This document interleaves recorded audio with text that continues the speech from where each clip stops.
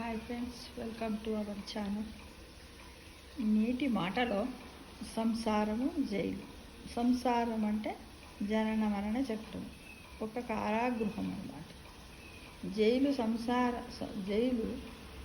సంసారాన్ని జైల్లో ఎందుకు పోల్చారు శంకరులు అంటే, జైలులాగా సంసారాన్ని ఎందుకు పోల్చారు? జైల్లో బందీలైనట్టుగా మనం ఈ జనన మరణ చక్రంలో బందీలైపోతున్నాం. ఈ దేహం అనే సెల్లో బంధించబడుతున్నాం. ఒక సెల్ నుంచి మరొక సెల్కు మార్చబడుతున్నామే కానీ అసలు జైలు నుంచి విడుదలై స్వేచ్ఛను పొందలేకపోతున్నాం. ఆలోచనలు, కర్మలు అనే నేరాలను చేసి, వాసనలు, కర్మఫలాలు అనే మూటను సంపాదించి, దానికి తగిన శిక్షగా జనన మరణ సంసార చక్రం అనే జైల్లో పడి దేహాలనే ఒక సెల్ నుండి మరో సెల్కు మారుతూ తప్పించుకునే ప్రయత్నం చేసినా సరిగా చెయ్యలేక ఇలా జైల్లోనే మగ్గిపోతున్నాం ఫ్రెండ్స్. ఇలా ఎందుకు మగ్గిపోవలసి వచ్చింది?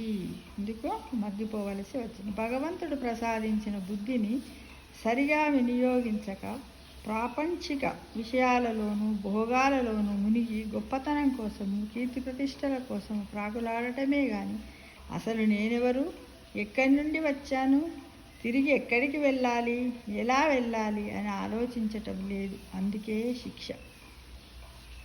ఈ దేహాలలో ఇరుక్కొని నేను నాది అనే అహంకారం, మమకారాలతో నా భార్య, నా బిడ్డలు, నా బంధువులంటూ గాడిద చాకిరి నెత్తిన వేసుకుని జన్మంతా చేసి చివరకన్నింటినీ అందరిని వదిలి వాసనలు, కర్మఫలాలను మూటను నెత్తిన పెట్టుకొని మరొక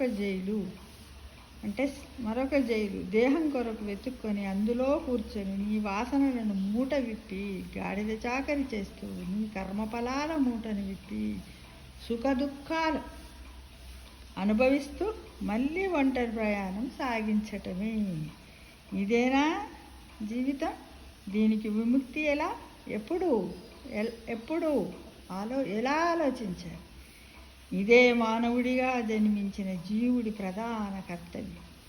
ఈ కారాగృహం నుంచి ఎందుకు విడుదల పొందలేకపోతున్నాము అంటే, మన కాళ్లకు ఇనుప సంఖ్యలు వేయబడ్డాయి.